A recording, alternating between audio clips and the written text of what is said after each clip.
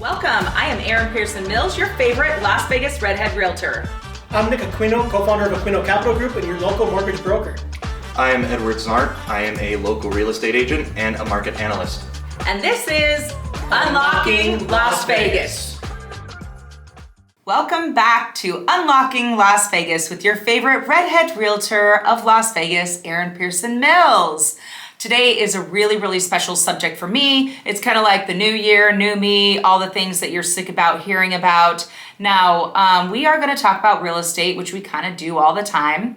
And you know what? Even if you're a veteran, you still need to save money to get into a home. Okay. And so we're going to be talking about budgeting, if you should give yourself an allowance, and a little bit of all of that. So I'm excited to have Ferris back into the office, and we have very different views on literally almost everything. So I love to pull her in here to talk about if you guys are just in general trying to spend less money, give yourself a budget, or go toward goals like a vacation coming up, saving for your kids' colleges, buying that Louis Vuitton purse. How are you gonna do it? How are you gonna do it? Okay. So welcome, Ferris. Hey. Hello. Happy 2024. Okay, so you gotta save money. You have to save money. I just read a statistic that the average American that does make over $100,000 is still living paycheck to paycheck. Now we can blame it on, the higher prices with groceries, gas, the entire 9 yards. But I am going to be the what? I'm going to be the anti-person and just say social media is over-influencing everybody to look a certain way.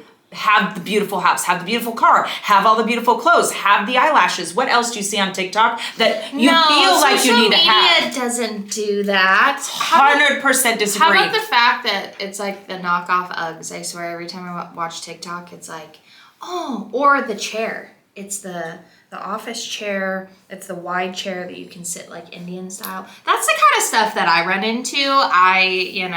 That's kind of what I'm. Well, it's all these like random things that you want, but you don't need. No, okay, so the whole point is, who is that when you're decluttering your house? I always say it wrong, Maria. An organizer? Maria Kondo. It's like, if this doesn't bring you shirt joy. doesn't bring you joy, get rid of it. Get rid of it. Okay, here's the opposite. So if you're looking, if you are bad at this, if you're looking at this beautiful Starbucks cup at Starbucks, I got this for free, actually. We're not going to ask you if it's going to bring you joy because you're gonna say yes, but do you need this? But do you need this? I mean, no, because you already have 47 of them. No, I don't have 47 of them. I have a small little hoard, but I just started this, and I always said I was never gonna do it. But I'm good right now. But there were a few. This one was free. This was free. I'll give you that one. There was a few that actually got messed up in the dishwasher, so I had to replace them. Okay.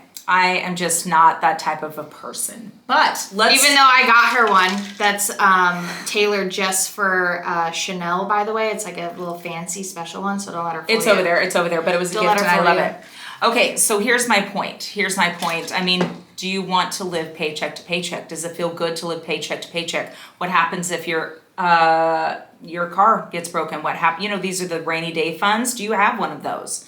Okay, so my favorite Las Vegas influencer, no names because too many of you already follow him. No, I love him. So I love his theory because he was born and raised pretty poor, didn't have a lot. He got a great job nightclubbing, or the security at nightclub, made tons of money, spent it all. Like as soon as you made it, spend it. Now he is very refined, he grew up a little bit, and one of the best things I've ever heard him say was make it your goal every single day to spend as least money as possible. Now, in the same voice, we're both very giving and we love charitable aspects of the community. And so, maybe instead of spending that $20 on, dude, you go through Taco Bell, you can spend $20 these days. Barely. I mean, if you have to spend that $20, try to give it away. I'm all for that, but I loved that. Try to spend the least amount of money a day, because it literally kills me. I'm old school, I'm older, let's just say that. Yeah. I mean, I did come from money. We were very comfortable. We had 2 houses with 2 incomes, very, very well off. But I was the really creepy kid that I would get mad at my parents if they overspent. So I don't know what was instilled in me. Maybe it was my grandma and my great grandma that came from the Depression that we folded, the tin foil and put it back, and we would wash the gallon-sized bags.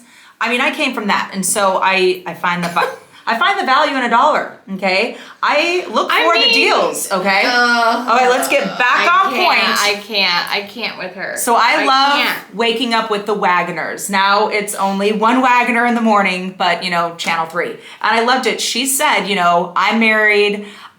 He is definitely more financially responsible, and she's like, if I get it, I spend it. So he puts me. They are married. He puts me on an allowance, every week, every 2 weeks, what have you, and she sticks to it. And I said, well, Ferris, you're married, so how is it in your life? My husband. This is my theory. I love numbers and math, and so Mr. Mills, he loves to be in the bubble he doesn't need to know or want to know how much money we have. He has access. Listen, this is my theory. You have a spender and you have a saver. Somehow they find each other. Now, there's other scenarios of people that are kind of a saver, afraid to spend, and you have the saver. So you have those scenarios too. But spender saver is my thing. My husband is in banking, and he's been in banking since the moment I met him.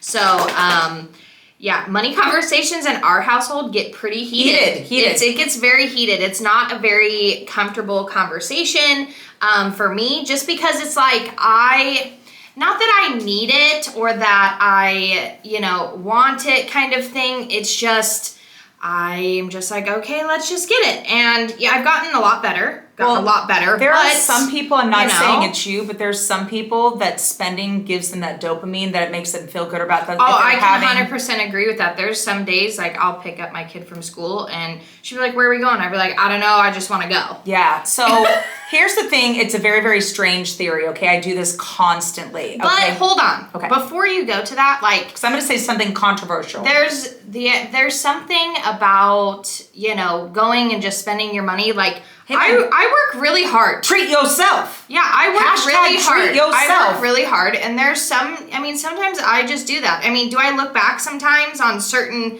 occasions and I'm like, oh, I probably shouldn't have done that? 1,000%. But I work really, really hard, and I have been a little irresponsible in the past on certain things. Have my bills have always been paid? Yes. Yes, but what do you think is the comfortability? How many months of savings should you have? In your mind, what is your comfortability that you can sleep pretty well at night, knowing that, if something happens to your car. As long as I have $5,000 in the bank account, I'm feeling. So you have a number, right. You don't have. I have a number. Okay, so I do it in months. Now, I'm pretty good with about 9 months to a year's worth. She's a real estate agent, so she has to do it in months. Mine is completely different. Now, if you're on the 2 paychecks a month, the every other week paycheck, it would actually be a little bit easier because then you've got this box you have to fit in. You cut it in fourths, you pay your bills, you put this in savings, you invest this, and this is for your groceries. That's a pretty cool box. I'm very... Not the grocery box, that's like half now. I'm very mathematical. For me, ever since we got married, we have been in commission sales my entire life. And so maybe that's where my psycho spending comes in, because we've had seasons when we ran a wedding venue. So you've got the spring and fall seasons. You might make a lot of money in October, but you're not going to make a lot of money until March again. That's habits and patterns, though. You got to think about it. I'm the grasshopper.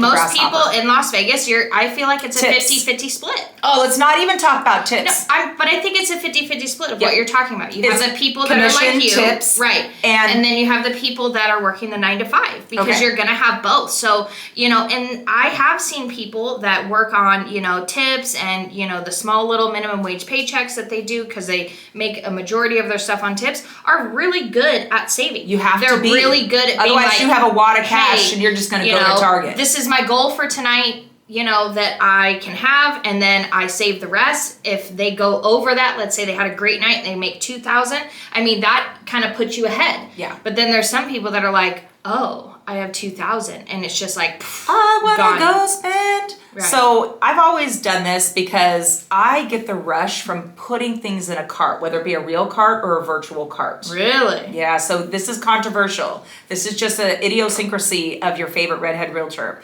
I call it bulimic shopping. Okay, so I will go. You couldn't come up with a better word than that. Regurgitative shopping. Come up with something else for me. Bulimia shopping. So basically, how about impulse? Let's pick because you have to wait. So I will go. Let's say Target. Okay. It reminds me of that TikTok where it's like, all right, when we go, we're gonna go. We're gonna hold my hand, and they go, "Are we ready? No, now. That's Aaron. Now. Press the cart. Press the cart. So I will take the cart all around Target, and I'll fill it with jewelry and clothing. And look, I'm not a Target shopper because they're horrendously overpriced.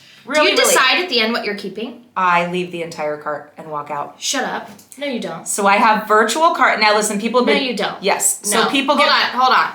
Stop. I stopped doing this because it's super rude because they have to put everything back. But I mean, I'm giving people jobs. I have not done that in a long time, and I have a really bad day. I was gonna say we just went to Target and you didn't do that. No wonder why we didn't get a cart. Yeah. So anyway, I realize that it is rude and that's not the correct thing to do. So let's talk. She said she leaves the cart and then just leaves the store.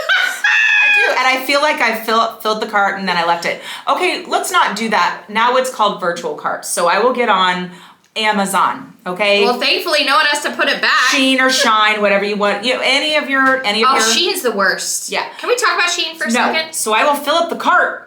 I filled it up with holiday outfits. Filled it up. And you know what? It's hard to do. I was like $300-400. I had all the sweaters and all the dingle hoppers. And you know what? I would just look at it kind of every other day. And it got closer and closer to Christmas. And I was like, well, it's too late. And I never bought it. So I saved $300, like $380 by not buying it. She's got a gazillion clothes, so it's probably in the best interest. I actually don't. You know what? You do. I really recycle my clothing. You and do. I make it look so good. it makes it seem like you have a lot I'm of different actually really, things. really cheap when it comes to clothing, unless it's a monument piece. Yeah. A monument piece. I literally have this dog like rubbing his entire life all over my body. I really don't understand what's going on. Bo says, Mom, he's feeling triggered from this spending conversation. Bulimic shop my doggy treats because I know, don't look at me. Okay, so now when you come up with a budget, I love that, giving yourself an allowance as an adult. It's kind of fun. I don't like that. I don't like it. I'll be honest. I feel like if I had $100 a week, because I don't spend a lot of money, I really, really don't, unless it's like directly for business or for sponsoring a class. I'd be like at the end of the week, I got $100 burning a hole in my pocket. Let's go spend it. I don't feel like, I don't like the allowance I think it would really work for some Unless people. Unless you really, Well, let's say you're an overspender. I mean, I feel like this could go like even longer than it's really supposed to, but I mean, if you really think about it, like there's people in the world. Can you not do that? That would be just fab. Hey, like we love Bo. Bo is our emotional support dog. Yeah, but he's like wild. Can you come here? So there's the situations where you have shared bank accounts, and I totally get that. Like if you're the spender and then you're married to the saver, you guys share a bank account and you're going wild, and it's like bills are getting taken out, but then it's like you're spending money. I get the allowance part of it. But there's also the portion of people, which I'm sure we can go down a rabbit hole. We don't have to do it today, but we can go down the rabbit hole of like, there's the people that are married that don't have the same bank accounts, like myself. I think that conversations need to be had. Like, look, it's the new year. We have... It's almost daily conversations, okay? Because communication is lost a lot at the beginning of the year, when it comes to money. I think that a couple or a group or a single person have a conversation with yourself. What are your financial goals for this year? And now for me, it's all positive things. I only have, this is so sad, ready? 3 more summers with Rocco in high school. So I'm like, okay, I want to, my goals are always travel. So I'm like, let's do a little trip, let's do a big trip, let's do a bigger trip with the kids. So mine is always travel. So I'm like, okay, so all of these is going to be approximately this amount of money. So here's, let's split it up. Here's the months. Mm-hmm. But I think that every single month, let's say you need to fix up your home. My home is from 1984. There's a lot to do here. But so bathrooms are a really big thing, okay? And so that has got to be this goal that we got to chip away at. It has its own savings account that has a designated amount that gets put up into it. And so I'm very spreadsheety. So I've got this huge spreadsheet for all of the trips. This goes here, this goes there. All of my, I don't do that. If Craig needs a new car, Rocco is turning 15 and a half at the end of April. Yeah, I know. These are the things. So I want to stress the monetary financial meeting of the minds with yourself, your partner, your family, your kids. Oh my, please bring your children into this. When Rocco was fairly little, he's like, put it on that plastic thing, Mom. Okay. That's not how it works. So we sat right down. And this kid, this is not sponsored, I love the Green Light app. And so you actually get an app on your phone with your child. You make their chore list. They have to check it off on their phone. And then what their weekly allowance, see, this is where it comes in, gets sent over to his account. I split it up. Let's call it $20 a week. He'll get $10 to spend, and he will get $10 in his savings. That's cool. That I completely control. That definitely helps, set that up for success for sure. Because they only taught us how to write a check when we were in school. Here's where they didn't teach us finances. I think that is a massive failure in the school system. The conversation and the communication between, you and your partner in general needs to be high level. Especially in general as you're moving through your life. If you're wanting to buy a home, that's going to become imperative, because if you're just, spending like crazy, you don't really have a plan. Let's say, not everybody can afford to buy a new build. Maybe you have to buy something and it's like, those expenses are high. I'll just insert. What you mean is if you bought a resale, you might have to fix some things. You may want to upgrade some things. You may say, okay, well, I really like the bones. I used to hear this a lot. Like, the house has got good bones. Yeah. It's got good bones. Like, your house got good bones. There's just a couple things from 1984. That need to be upgraded. They're getting middle-aged. You have to, as you get older and you have more of these responsibilities, the communication needs to be there, because I'm going to insert something. So, we are, in a situation where some of our toilets were running in our current house. I remember this story. And, at first... You didn't think too much about it. Yeah, at first it was just like, okay, if I heard it, I would fix it and go fix it up or whatever. And I believe the toilets are probably over 10 years old. And what happened? Sure. And, I ended up getting them all fixed. And not calling somebody, but they all fixed magically themselves. YouTube. And I got my water bill the other day. How much was it? It was like $350.